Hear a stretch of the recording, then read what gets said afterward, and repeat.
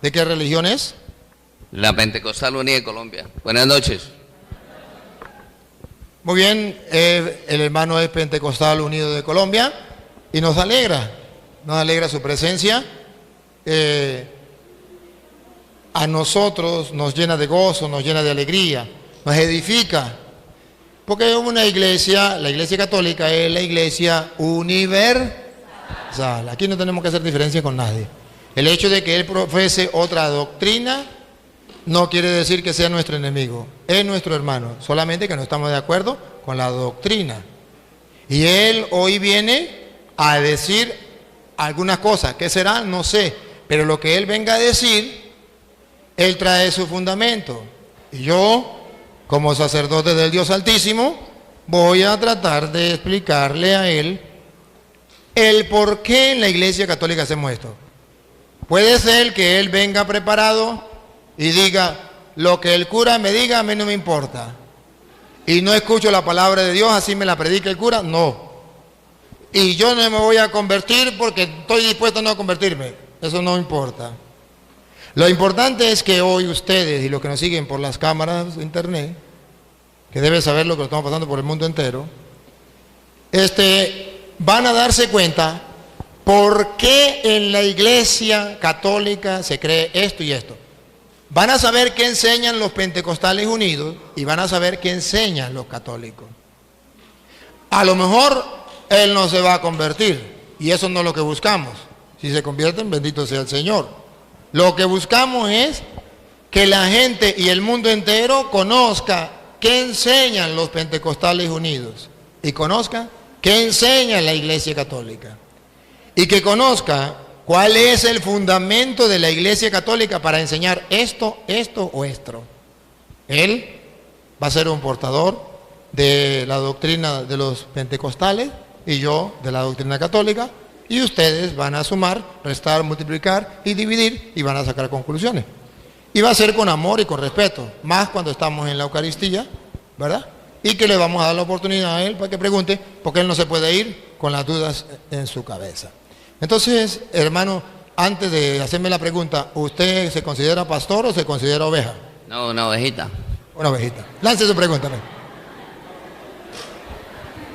Mire, padre, la pregunta que yo le quiero hacer es, la religión evangélica, ¿por qué dice que la Iglesia Católica es la grande, ¿no? Y que es la grande, la gran ramera de las otras iglesias, digamos, de las otras religiones que hay, y que el Santo Padre es la gran bestia? Esa es la pregunta que yo le quiero hacer a usted. Porque resulta que ellos repiten lo que escucharon. Si usted le puede preguntar a un hermano, a cualquiera, ¿dónde dice que la iglesia de Jesucristo o la iglesia católica es la gran prostituta, la gran ramera? Eso no existe en las Sagradas Escrituras. Eso no existe. Ellos lo dicen. ¿Por qué? Porque cuando usted quiere ofender a alguien, a una mujer, o cuando usted se pone bravo con su esposa y la quiere insultar, le dice usted es una prostituta. Entonces es una manera de ofender. Ellos, como no aman a los católicos, no cumplen el mandato del amor, quieren ofender insultando que la iglesia católica es la gran prostituta. Pero eso no existe en la Sagrada Escritura. No hay una cita donde diga que la gran prostituta es una religión, es una iglesia. No. La Biblia habla de eso, pero habla que es una ciudad, la gran ciudad. Es una cosa muy distinta a decir que es una religión. Si usted, por ejemplo, mira en Apocalipsis capítulo 17, versículo 18, usted verá cómo la Biblia muestra quién es la gran ramera. Léelo, Luis. Esa mujer que has visto, esa mujer que has visto es la gran ciudad. Es la gran ciudad. No dice es la gran religión. Ahí está el error. Decir que es la gran religión. Si un protestante me muestra donde dice es la gran religión, Está bien, pero aquí dice es la gran ciudad. Entonces es una cosa muy distinta hablar de religión a ciudad. A ver, si usted recuerda, dice la gran prostituta, la gran Babilonia. ¿Qué era Babilonia? ¿Babilonia era una religión o era un imperio? Era un imperio. Babilonia gobernaba el mundo, conocido en aquel tiempo, no era una religión. Cuando dice que la gran prostituta es la gran Babilonia, el ignorante dice es la religión. ¿Pero por qué? Si la gran Babilonia no era religión, era una ciudad. Pero el que lee la Biblia y cree en la Biblia dice, y la gran, otra vez Luis, el 18. Esa mujer que has visto es la gran ciudad. Es la gran ciudad. Entonces no es ninguna religión. Y lo peor es que resulta que allá está mostrando en el Apocalipsis la lucha que hay entre el mal y el bien. Está mostrando la lucha entre la gran prostituta, la gran Babilonia, que ataca a los cristianos, se embriaga con la sangre de los mártires de Cristo, y por otro lado está la iglesia de Cristo, que es la esposa de Cristo. Y entonces está la lucha entre los cristianos y el diablo. Recuerda que el Apocalipsis dice, el 12, una figura en el cielo, una mujer vestida de sol, y después dice un gran dragón, y viene la pelea entre el uno y el otro, y comienza la pelea. Está narrando una pelea. Y si usted ve, verá que en el capítulo 19 del Apocalipsis pone por un lado la gran ramera y por otro lado la esposa de Cristo. Y está la pelea entre la esposa de Cristo, que todavía no sabemos quién es, y tenemos que mirar en la Biblia cuál es la esposa de Cristo, y luego la gran ramera. Ya miramos que la gran ramera es la gran ciudad. Y en el tiempo en que San Juan escribe el Apocalipsis, ¿quién era la gran ciudad, el gran imperio que representaba la gran Babilonia? Roma. No era la Iglesia Católica. Un hermano separado me puede decir, ajá, ¿y dónde está el Papa? En Roma. Pues entonces se refiere a la Iglesia Católica. No, porque cuando se escribió el Apocalipsis no existía el Vaticano. La iglesia no tenía la sede en Roma. Eso no existía. Ahora verá el capítulo 19, del versículo 1 en adelante, vamos a ver las dos cosas. La gran ciudad, la gran ramera, y vamos a ver la iglesia de Cristo, que es la esposa. Ponga cuidado. Después oí en el cielo algo como el canto de un inmenso gentío, que decía, aleluya, ¿quién salva y quién tiene gloria y poder sino nuestro Dios? Sus juicios son verdaderos y justos. Ha condenado a la gran prostituta. ¿A qué? Ha condenado a la gran prostituta. Ha condenado a la gran prostituta. No dice a la gran religión, no dice a la gran iglesia o a la iglesia de Cristo. A la gran prostituta. Que corrompía la tierra con su inmoralidad. Que corrompía la tierra con su inmoralidad. Si usted comienza a estudiar la historia de Roma, y lo invito a que lo haga, verá que Roma era inmoral, prostituida. Se decía que en Roma la prostitución era la más grande del mundo en ese tiempo. Que decía que la mujer pura era la mujer hasta los 12 años que todavía no ha conocido esposo, y después que tenía esposo ya podía estar con el que quisiera libremente. Y venían a prostituirse porque Roma era el centro del mundo.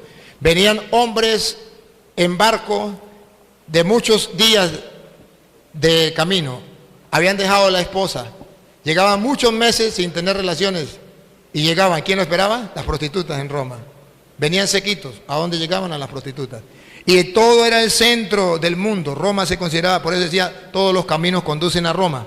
Entonces es la gran prostituta, bien, porque es puro, porque pecaban todos los que venían del mundo, pecaban con Roma. En Roma, ahí estaban las prostitutas, alrededor de las, ¿cómo que se llama eso? Las paredes esas, ¿cómo eran las? Torres. Las murallas. Ajá, siga. La gran prostituta que corrompía la tierra con su inmoralidad y le ha hecho pagar la sangre de sus servidores. Y esa prostituta había matado a muchos servidores. El Apocalipsis fue escrito hacia el año 90, 100, por ahí.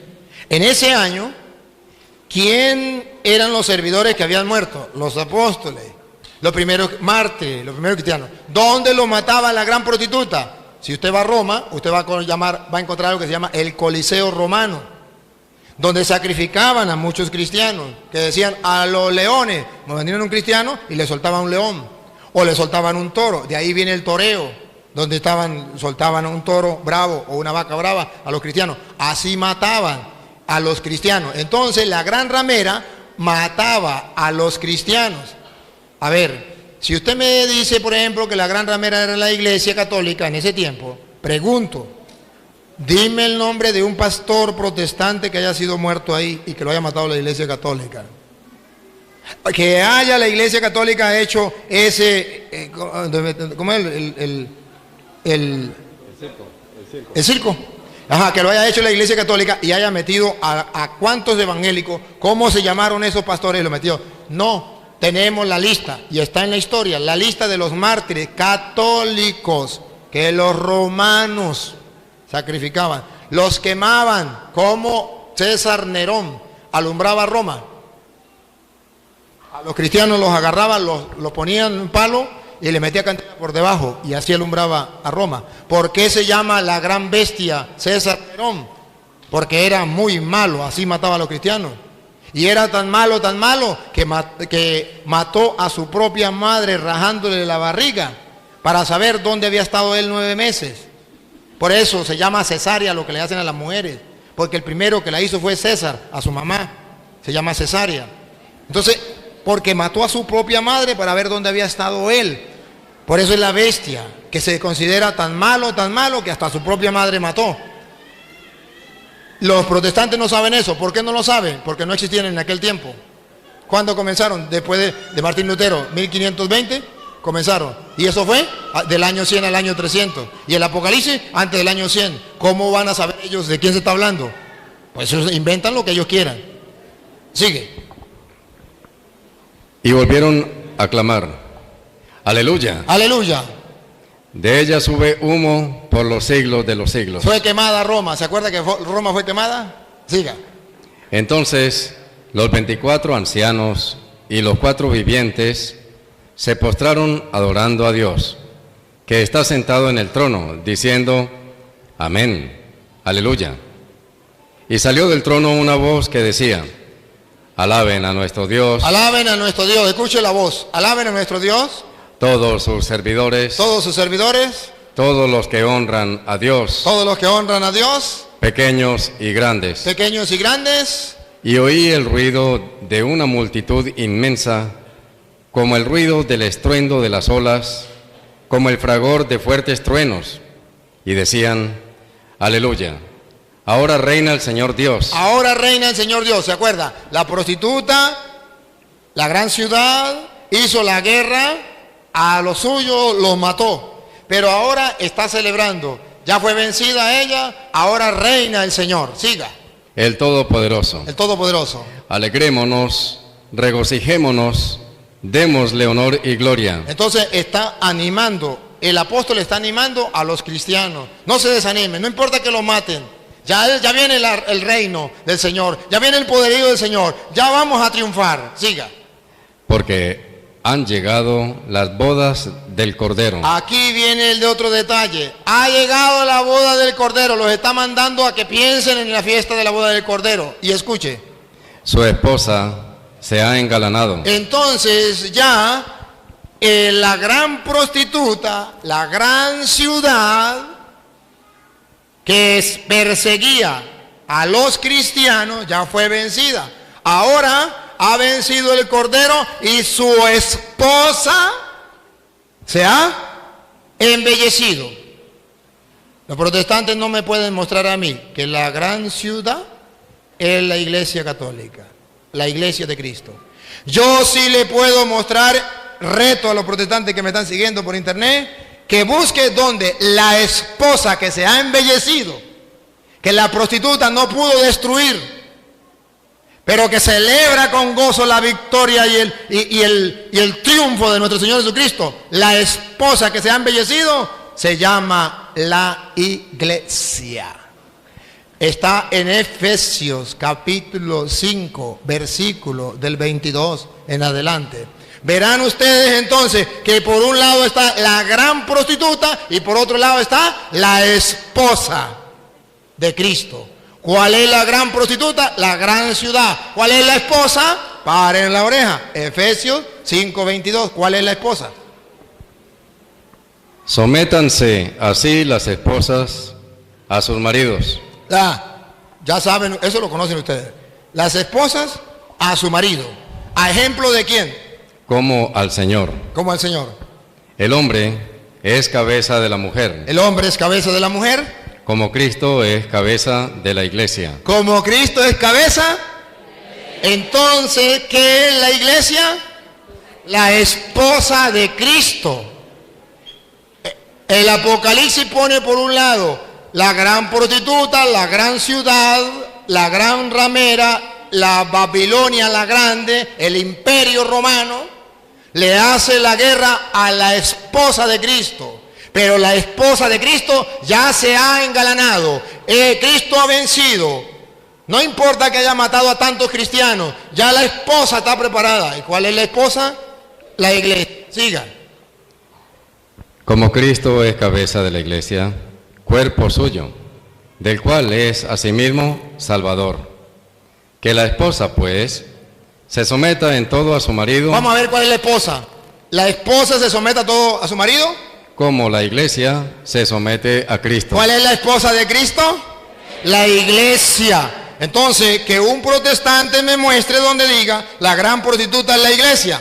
Yo le muestro, la iglesia no es la gran prostituta, es la esposa del Cordero que se ha embellecido y es la pelea entre la gran prostituta y la esposa de Cristo.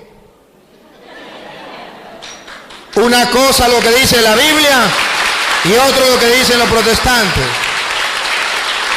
Y por eso, en el versículo 30, del versículo 29 en adelante, escuche. Y nadie aborrece su cuerpo. Nadie aborrece su cuerpo. Al contrario, lo alimenta y lo cuida. Y eso es justamente lo que Cristo hace por la iglesia. Eso es lo que hace Cristo por la iglesia, que es su esposa. La alimenta y la cuida, no la aborrece. Y ponga cuidado lo que viene. Pues nosotros somos miembros de su cuerpo. Siga. La Escritura dice. La Escritura dice. Por eso dejará el hombre a su padre y a su madre para unirse con su esposa, y los dos formarán un solo ser. Lo dice con su esposa y los dos serán un solo ser. Y pongan la lupa.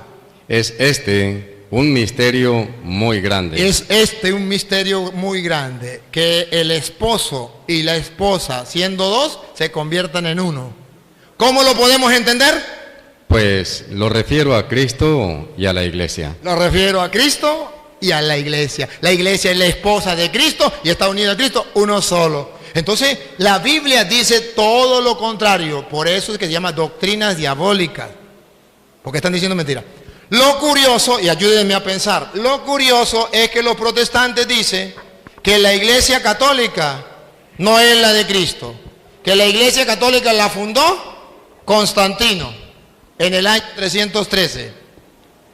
Si la fundó Constantino en el año 313, ¿cómo dicen que en el Apocalipsis, que fue en el año 90 o 100, la iglesia católica sí existía como prostituta?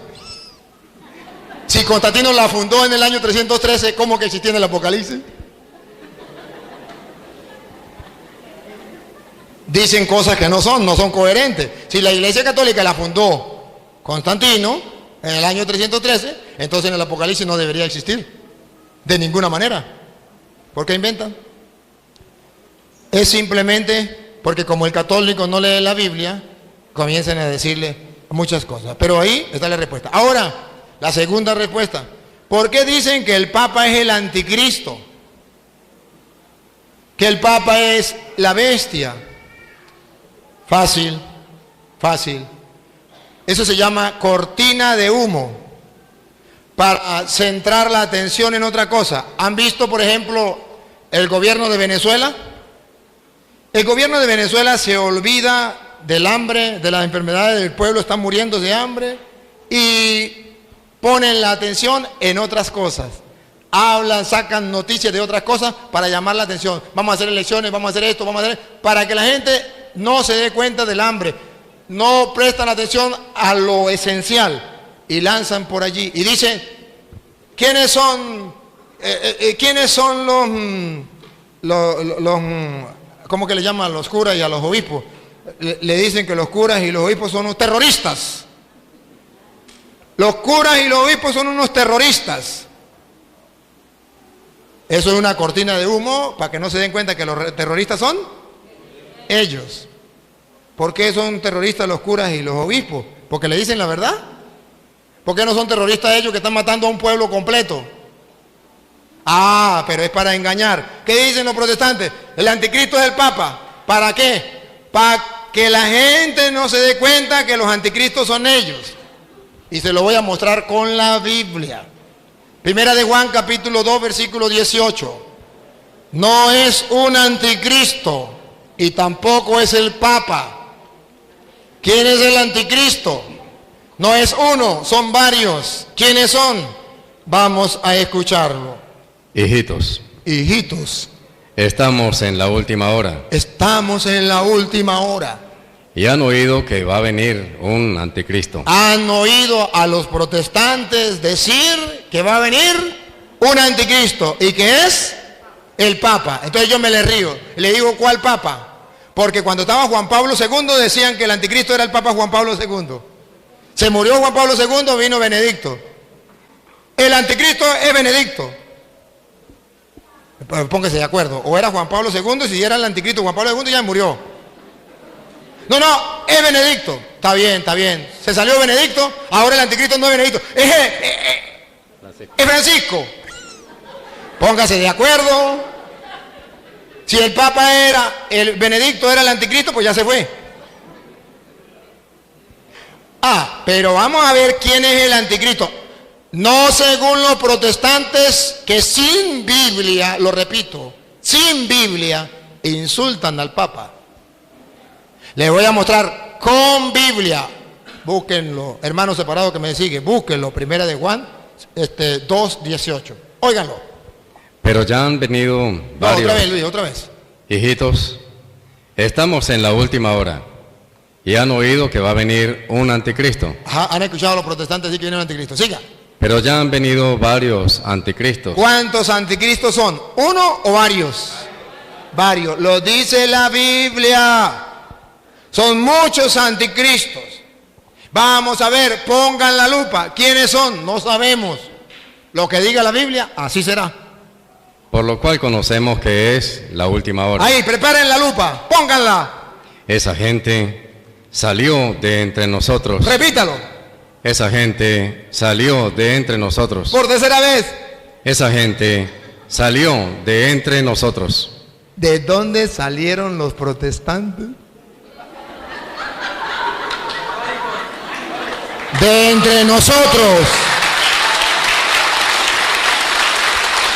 Uno, no, muchos testigos de Jehová, pentecostales unidos, adventistas, mormones, evangélicos, luz del mundo, todos eran de los nuestros, salieron de entre nosotros.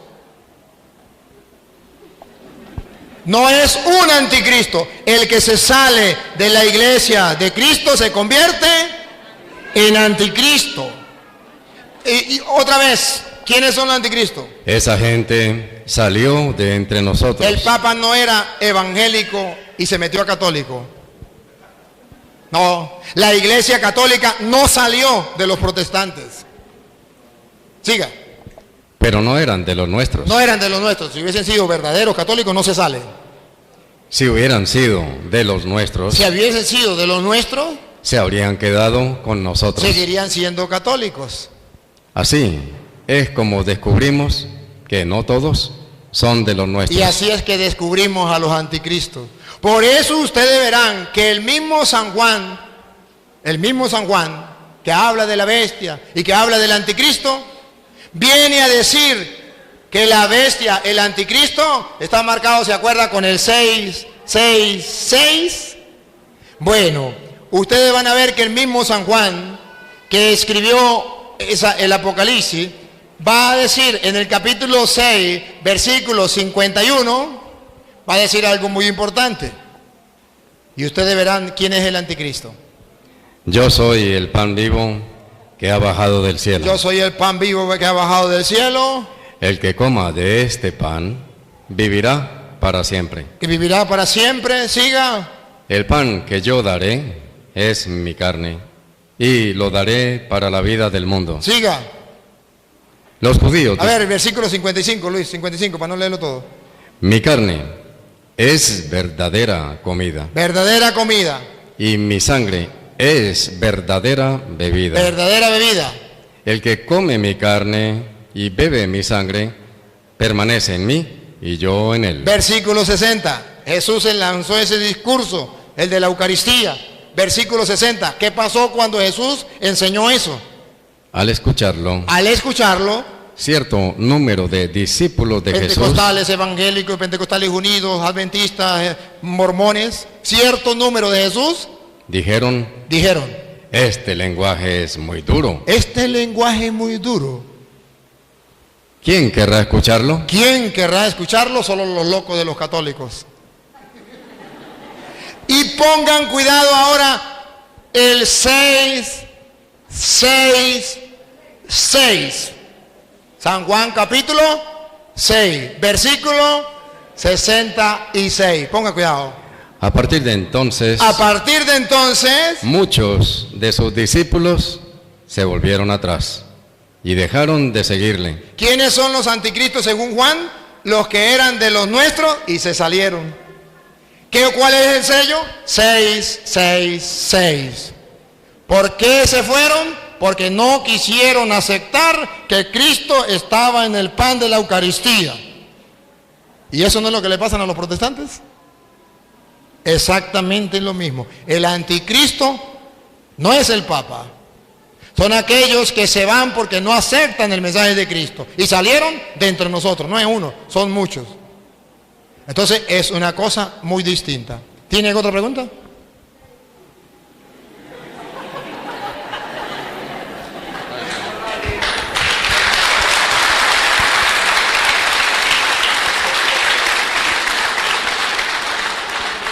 Pues uno de pronto las religiones lo confunden, porque hay religiones que le hablan a uno mucho bonito. Entonces, uno no halla qué camino coger, porque uno de pronto no tiene estudio, no ha estudiado la Biblia, que estudiando la Biblia es que se da cuenta si está cometiendo errores. Pero al leer la Biblia encuentra los errores.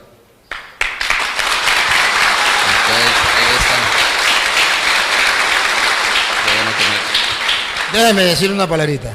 Hermanos, vean aquí un ejemplo de un hombre que dice con humildad y sencillez delante de Dios y delante de los hombres lo que le pasó en su vida. Por no tener conocimiento, lo engaña. Pero cuando comienza a mostrarle capítulos y versículos, se da cuenta que lo engañaron. Ese debería ser la actitud de todos los hermanos separados. De reconocer cuando le están diciendo verdad o cuando le están diciendo mentira. Es fácil y no es culpa de él y no es culpa de los hermanos separados que haya venido esos julanos pastores a decirle unas cuantas cosas. Y le dicen de una manera y con tanta certeza, con mucha seguridad y le engañan por falta de conocimiento.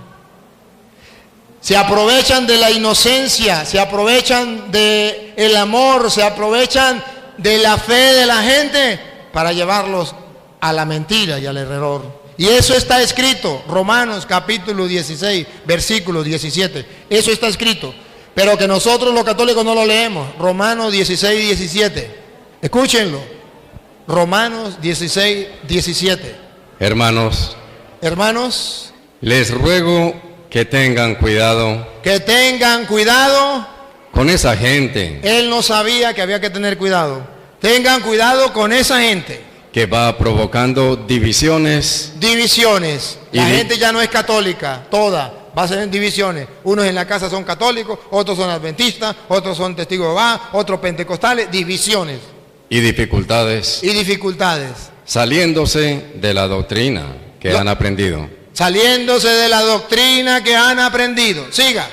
Aléjense de ellos, Aléjense de ellos. Repítalo. aléjense de ellos, Por tercera vez. aléjense de ellos, Escuche otra vez, que lo escuche el hermano.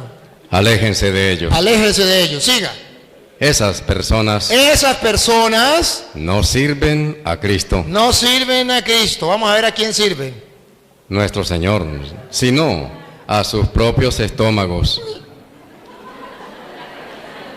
Siga. engañando, Escuche aquí. Escuche.